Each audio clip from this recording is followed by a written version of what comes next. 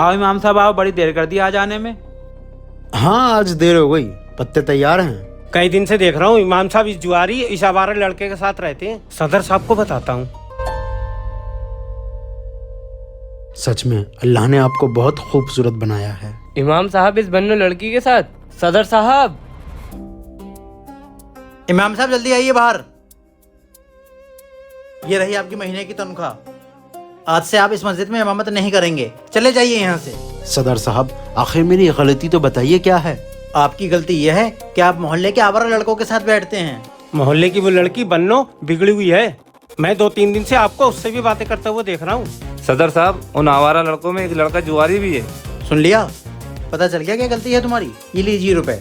इतने रुपयों में हम दूसरा इमाम देख लेंगे। ये लो, आ गई वो बिगड़ी हुई लड़की। लेकिन एक बात समझ में नहीं आ रही, आज इसके सर पर दुपट्टा पहली बार देख रहा हूँ मैं। मौलाना साहब, आपने जो मुझे बातें समझाई वो मुझे समझ आ गई। मैंने 5 वक्त की नमाज शुरू कर दिया और बुराई के सारे रास्ते छोड़ दिए। अब ये दुपट्टा मरने के बाद ही हटेगा।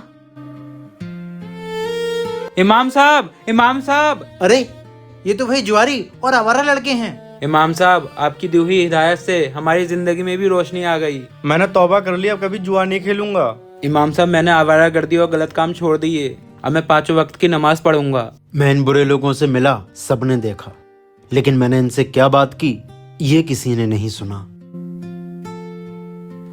पत्ते तैयार हैं? हाँ भाइयों, तुम लोगों को कई दिन से समझा रहा हूँ, ये जुआ खेलना बंद करो, नेकी के रास्ते पर आ जाओ, आवारागर्दी खत्म करो। है? ये क्या? अभी मैं जल जाता तो? इस आग का डर है तुम्हें, और जहन्नम की आग जो इससे 70 गुना ज्यादा होगी, उस आग का डर नहीं है। जब तुम ये जरा सी आग बर्दाश्त नहीं कर सकते तो सोचो जहन्नम की आग कैसे बर्दाश्त करोगे। मैं ये कहना चाहता हूँ, खुदा ने आपको बहुत खूबसूरत बनाया है।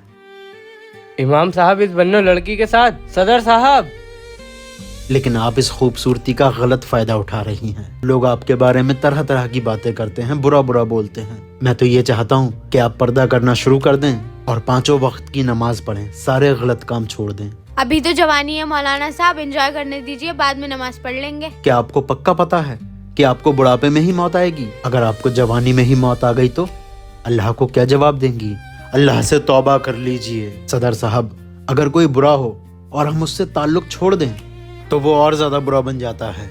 मैं खासकर इन लोगों को हिदायत देने के लिए इनसे मिलता था और तुम लोग मुझे गलत समझ बैठे।